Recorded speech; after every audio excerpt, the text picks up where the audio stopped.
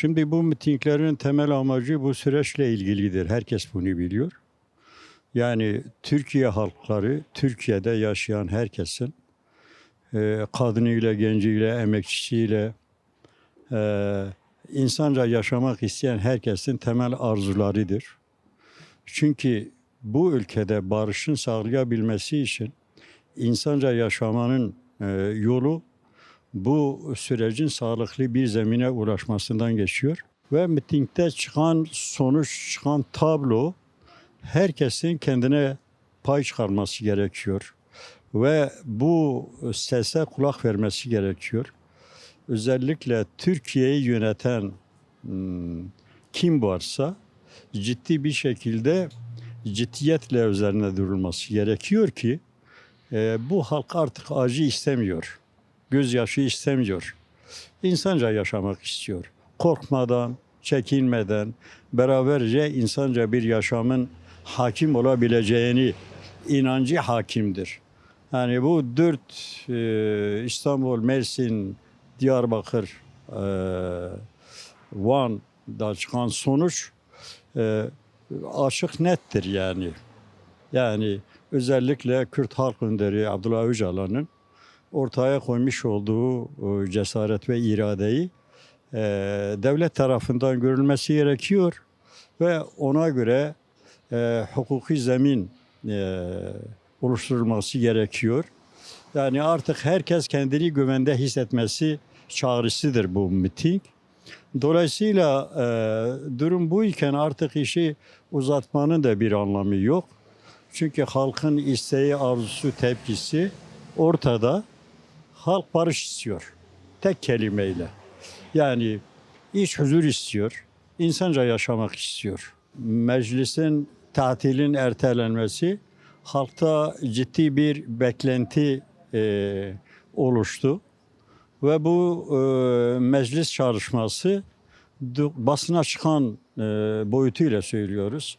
9 maddelik bir yasal düzenlenme olacağını deniliyor.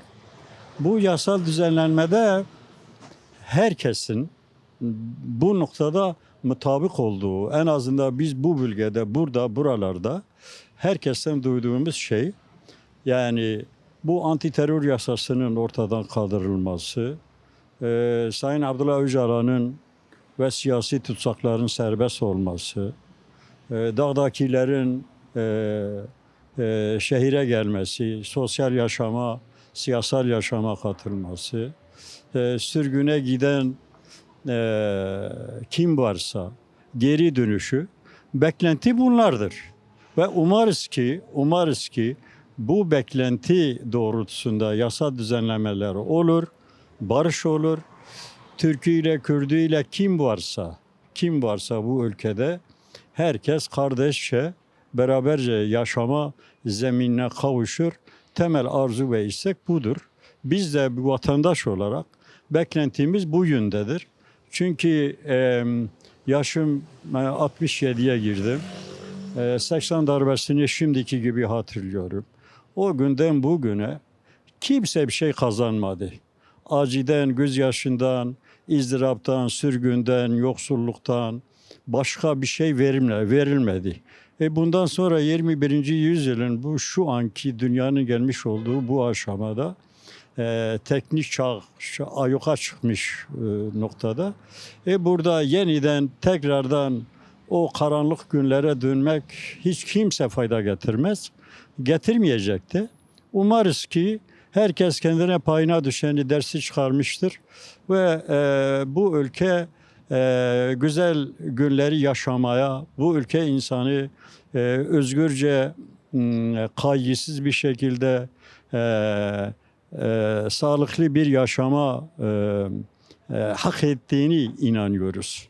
Yani şimdi bu mitingler zaten açık ve net, gündüzün ortası, her yerde milyonlarca insan bir ağızla Abdullah Öcalan irademdir. Tekrardan bayanda bulundu. Şimdi durum bu olurken artık bunun ötesi yok yani. Yani tez elde bu süreç sağlıklı bir zemine kavuşsun ki dediğim gibi herkes sağlıklı bir zemine kavuşsun. Temel istem ve arzu budur. Halk bunu bu beyanda bulunmuştur. Yani Kürt halk önderi benim irademdir. Hem Diyarbakır'da hem Muğan'da hem İstanbul'da hem Mersin'de ve daha önceleri de birçok kez söylendiğini biz gördük. Yani onun için umarız, inanıyoruz. Biraz şey de vermiş, biraz güven de verilmiş. Yani bir şeyler olacağına, olumlu yönde durumlar gelişeceğine de umudu da hasıl olmuş. Bu umudun kırılmaması gerekiyor tekrardan. Onun için diyeceklerim bunlar.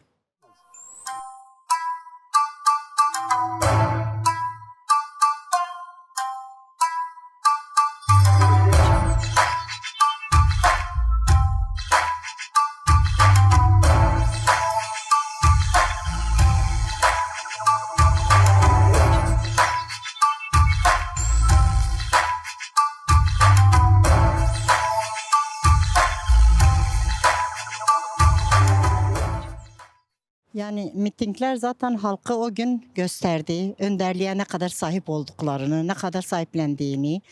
Özellikle özgürlük mitingi, herkes özgürlük istiyor.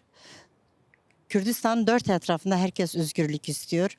Ama özgürlük iki taraftan olmalı. Bir barış süreci var ortada. O barış sürecini şu an tek tarafı görüyoruz. Yani karşı tarafın bir adım atması göremiyoruz. Mesela Sayın Devlet Bahçeli diyordu ki Selo evine, Ahmet mekanına, Sayın Abdullah Öcalan diyordu meclise gelsin, DEM Parti grubunda konuşsun. Ama maalesef bugün bir adım yok. Bu öyle bir anlaşılıyor ki bu süreç oyalanıyor. Sadece iktidarda kalabilmek için, saraylarda kalabilmek için, Kürt halkını kandırıp da oylarını alabilmek için süreci bahane ederek Kürt halkını oyalıyor ama Kürt halkı bunun bilincindedir. Buna kanmıyor, biliyor. Nerede ne yapacağını biliyor. Yani bugün milyonlar bugün akın etti istasyon meydanına, o sıcak, o şeye rağmen özgürlüğü haykırdı, barışı haykırdı. Bir ekmek, peynir ve su kadar insanların ihtiyacı barışa var, özgürlüğe var. Ne olursa olsun sonunda özgürlük olacak, barış olacak, kardeşlik olacak. Yani adım atmaları gereken ilk etap şudur. Yani barışın yolu İmralı'dan geçiyor. Yani İmralı'nın yolu, kapısı açılmalı. Zindanlar boşaltılmalı ki herkes buna inanmalı. Yoksa kimse inanmıyor. Hiç kimse inanmıyor. Muhatap odur. Biz ne desek burada boştur. Tek muhatap Sayın Abdullah Öcalan'dır. Özellikle her şeyden önce burada kaldığı 2 ay okullar açılıyor. Herkes kendi anne dilinden eğitim görmeli. Kimliğiyle, kültürüyle yaşamalı. Yani Ahmet gerçekten de hepiniz biliyorsunuz kadim bir şehir. Yani bu şehirde öncelikle bir an önce okullar İngilizce serbest, Almanca serbest, Fransızca serbest ama gelelim Kürtçe yasak. Kürtçeden eğitimimizi göremiyoruz. Bizim çocuklarımız Kürtçeden kendi ana dilinden eğitim göremiyorlar. Bir an önce buna bir el atmalı. Önce bu yasayı meclisten geçirmeli. Özellikle mesela Van'da da gördük onu, Mersin'de de gördük, İstanbul'da da gördük, Ahmet'te de gördük. Herkes haykırıyor. Barışı haykırıyor, özgürlüğü haykırıyor. Yani nereye kadar? Bu 50 yıldır bu savaş nereye kadar? Hiçbir ana ağlamasın. Hiçbir ana ağlamasın, hiçbir ana ağlamasın. Yeter diyoruz, yeter diyoruz, yeter diyoruz. Bir an önce bir barış diyoruz.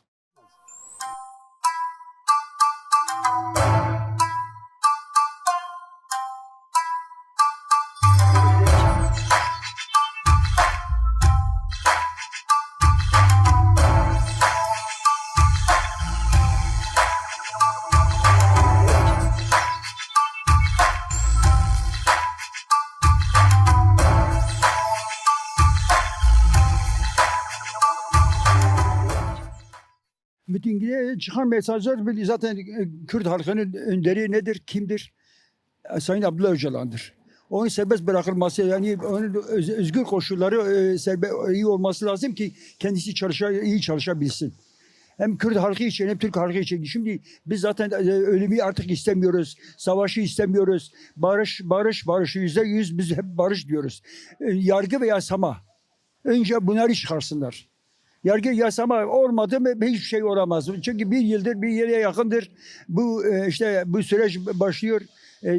Herhangi bir adım yok. Biz adım atmasını istiyoruz. Adımın atılmasını istiyoruz. Yani yargı, yasama kanunen yapılması lazım. Kürt halkının da çocukları ölmesin, Türk halkının da çocukları ölmesin. İlk atılması gereken yasalar önce Sayın Öcalan'ın serbest bırakılması, özgür koşulların serbest yapılması lazım. İkincisi ise artık yukarıdakiler de aşağı insinler. Türk askerleri de rahat olsunlar. Kürt halkı da rahat olsun. Yani şimdi ben Türk annelerine önce sesleniyorum. Seslenmek istiyorum. Siz de gelin, sizin çocuklarınız da ölüyor. Kürt halkının da çocukları ölüyor. Birbirleri artık hiçbir koltuk insanı bir yere götüremez. Zaten biz önce kimliğimizi istiyoruz. Çünkü biz bir milletiz. Biz halk da değiliz artık. Biz çünkü en az 40 milyon sadece Kürt Türkiye'de yaşıyor. Biz beraber bu vatanı kurduk. Biz ayrılmak da bir yönüyle istemiyoruz. Hep beraber olmak istiyoruz ama demokratik şartlar içerisinde olması lazım.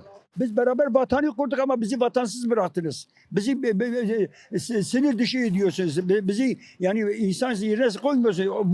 Bu insan, hiç kimsenin işin rahat bir iş yok, bir nefes de yok. Niye? Çünkü ya ben insanım. Ben burada da yaşamak istiyorum. Ben Türkiye'de yaşamak istiyorum. Bu benim de vatanımdır. Hiç kimse diyemez sadece benim vatanım başkasının vatanı değil. Asimilasyon bitsin. Artık bizim çocuklarımızı asimile ediyorsun. Sen şimdiye kadar nereye kadar varabildin? Hiçbir yere varamazsın. Çünkü biz Kürdüz. Bizim bir ana dilimiz var. Bizim bir coğrafyamız var. O coğrafya üzerinde yaşamak istiyoruz. İnsanca. Özgürce, bir de ana dilimizce. Ana dilimizce. Önce ana dil serbest olması lazım. Savaşın sonu barıştır. Biz barış istiyoruz. Herkes özgür olması lazım. Parlamento hiç kimseyi kurtarmaz. Parlamento bırakın. Artık bu işi bitirin. Bu mesajlar hepsi Abdullah Öcalan çıkarmak istiyorlar. Bütün cezaevleri devlet söz verdi.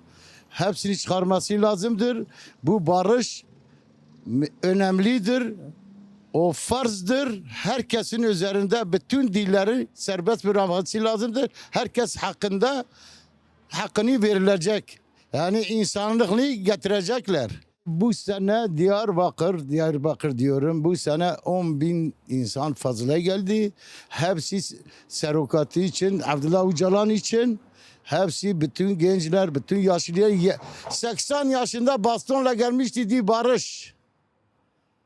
Barış istiyoruz, barış istiyoruz. Bizim Abdullah Öcalan'ı ilk önce serokatı bırakacaklar. Ondan sonra bütün cezaevleri boşaltacaklar. Kardeş gibi, insan gibi memleketimizde yaşayalım yani. Ne Türkiye, ne Arabi, ne Çerkezi hiç fark etmiyoruz. Bunda bizde fark yok. Biz insanız. İlk önce insan olacağız, beraber çalışacağız, beraber bu görevini yapacağız. Kürtlere dönük ilk önce kimlikleri de, dilleri de bunlar serbest bırakması lazımdır. Herkes kendini böyle güzel güzel konuşsun. Ondan sonra hiçbir fark olmaması lazımdır. Burada Ankara'da, İstanbul'da, İzmir'de ne farkımız vardır? Biz hepsi kardeşiz. Din kardeşiz. Biz yani bu memleket hepsi beraber çalışmışız, beraber görev yapmışız. Yani devlet bunlara adım atması lazımdır. Ben devlete söylüyorum. Bizim devlet biz demiyoruz, kötülemiyoruz da ama bu barış için ilk önce bu görevini yapacak. Yani geri adım atmayacak. Geri adım atsa daha zor olur. Hem bizim için hem onlar için. İlk önce Abdullah Öcalan'ı bırakması lazımdır. Halk bütün onu istiyor. Ondan sonra bu cezaevleri boşaltacaklar. Dağdaki insanları da çağıracaksın. Onlar da bizim aramıza gelsinler. Bütün insanlarımızdır. Kimse bak kaç aydır ne bir sene oldu ne asker şehit oluyor ne gerilla şehit oluyoruz. Biz bunları istiyoruz. Onları da çağıracaksın, milletin içine koyacaksın. Ondan sonra beraber çalışacağız. Devlete bunu istiyoruz. İlk önce bu yasaları çıkarsın, gerilla da dağda insinler. Hiç kimse dışarıda kalmasın. Gelsin kendini evinde çoluk çocuğun anan babasını görmemiş insanlar vardır. Gelsinler görsünler.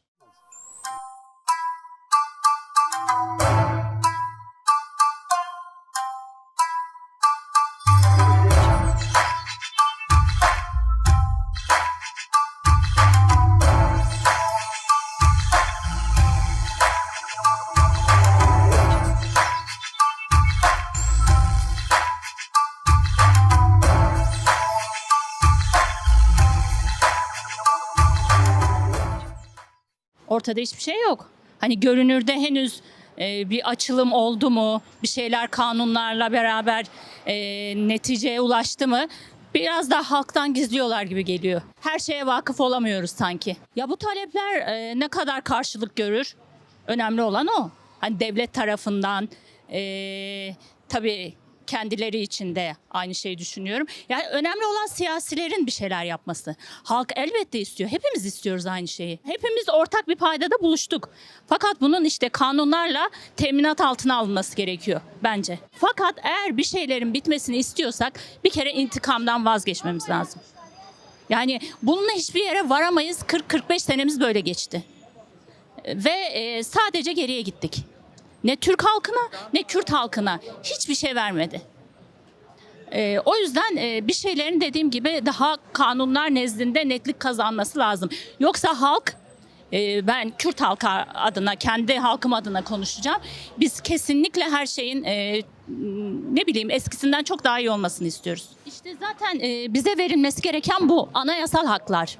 Hem dil konusunda hem bir kere biz son 40-45 yıldır daha doğrusu Cumhuriyet'le beraber şunu gördük. Biz hep azınlıktık. Hep ikinci sınıf insan pozisyonundaydık. Bundan kurtulmamız lazım.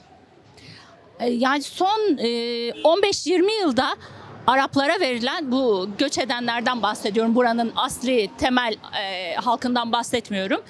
Verilen haklar bize verilmedi. Yani Suriye'den gelen göçmenlere, Afganlara kucak açıldı. Fakat 1000 yıldır birlikte yaşadığın halklara bu özeni göstermediler. Çünkü gerçekten bir şeylerin değişmesi için ne bileyim sonuçta siz Abdullah Öcalan'ı bu işin içinden çıkaramazsınız. Bu mümkün değil. Her şeyin başlangıcı temeli olan bir adamı olayların hani perde arkasına ikinci sıraya atamazsınız. Muhakkak çünkü önder dediğiniz insanlar önder diye kabul etmişse ki 40-45 senedir böyle insanlar tabii ki onu dinleyecek. Onun sözlerine kulak verecek. Bu da dediğim gibi hepsi anayasayla belirlenmeli. Ben barış istiyorum. Çok istiyorum. Bunu hem Kürt halkı için istiyorum hem Türk halkı için istiyorum. Bütün ülkem için istiyorum. Halkın bir talebi var. Bu taleplerin yerine gelmesi gerekir. Türkiye Cumhuriyeti'nin barış adı altında yürüttüğü bu programın adımlarının atılması lazım. Bunlardan da öncelikli cezaevindeki bütün arkadaşların dışarı çıkması, arkasından kırsalda kalan gerillaların siyasi bir misyon verilerek Türkiye'ye gelmesi ve bunlara siyaset yapma hakkı, şansı verilmesi. Onun arkasından da Türkiye'de kayyumların durdurulması, kayyumlardan sonra da bütün Türkiye'de var olan bütün halkların eşit anayasal çerçeve içerisinde güvence altına alınması gerekir. Ya zaten eğer Öcalan dışarı çıkmazsa bu saydıklarımın hiçbiri gerçekleşmez.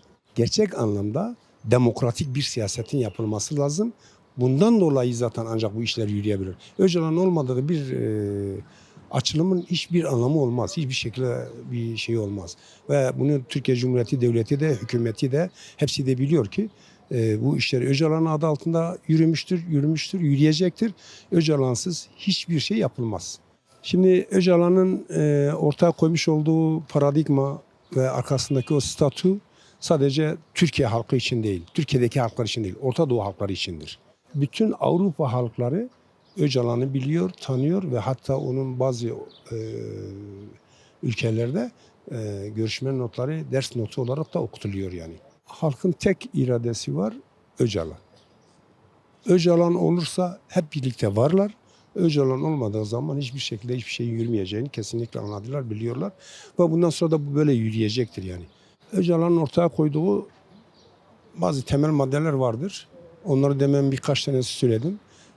Bundan sonrakilerde ana dilde eğitim, resmi dilin olması, Kürtçenin resmi dili olması ve bütün okullarda, üniversitelerde, ilkokullarda bu Kürt dilinin sadece Kürt dilinin değil, bu coğrafyada yaşayan ve yaşamasını isteyen bütün halkların dillerinin ve inançlarının yaşam bulması gerekmektedir.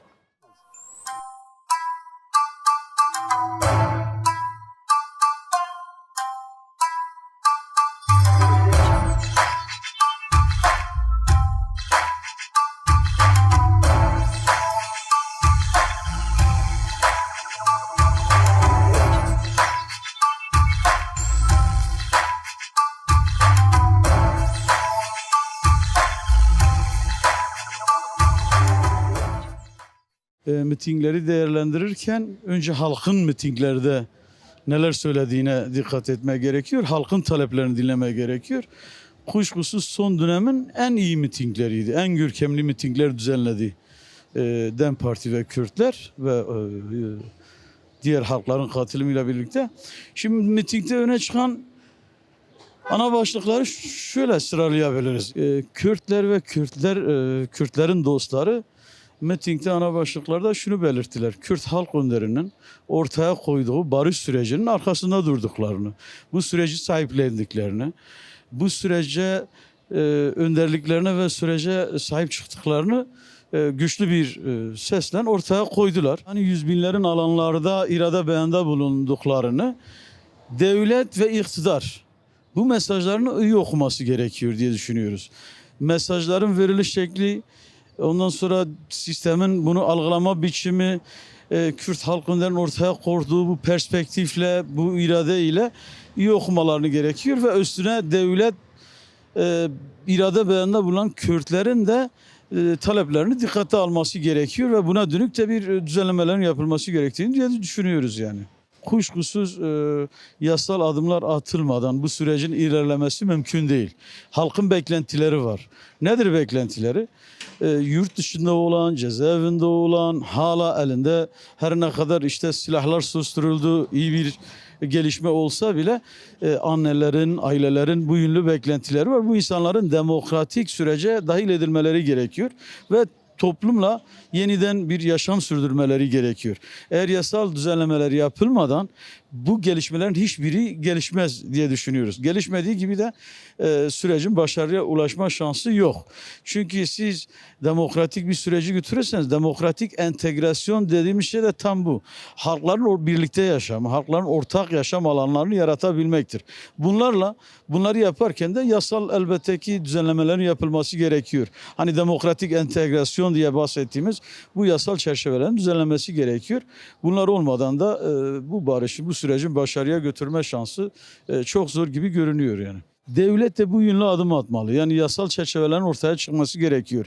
Dildir, kültürdür, sanattır, edebiyattır. Kısacası bütün halkların ortak yaşam alanını yaratabileceği yasaların çıkması gerekiyor. Bunun yanında halkın önderliğini özgür ve halkın ulaşabileceği, insanların ulaşabileceği, yazarların, çizerlerin fikir danışabileceği, ortaklaşabileceği bir alanın, yani kısacası Sayın Öcalan'ın da özgür bir ortamda yaşam sürdürülmesi yönünde talepleri vardı. Bunların da yerine getirilmesi gerektiğini düşünüyoruz yani. Ya hem devlete hem iktidara çağrımız şu: bu süreci geciktirmeden, tabii daha önce denenmiş süreçler var. Yani işte 2013 yılında da bir süreç vardı. Bu süreç daha sonra zamana yayıldıkça biliyorsunuz akamete uğrama şansı yüksektir. devlet ve hükümet bir an önce bu yasaların hayata geçirilmesi gerektiğini düşünüyorum. Çünkü zamana yayıldıkça sürecin hem provokasyonlara hem de olumsuz gelişmelere neden olabileceğini düşünüyoruz. Bu yönlü bir an önce bu yasaların, bu yasal çerçevelerin hayata geçirilmesi gerektiğini düşünüyoruz.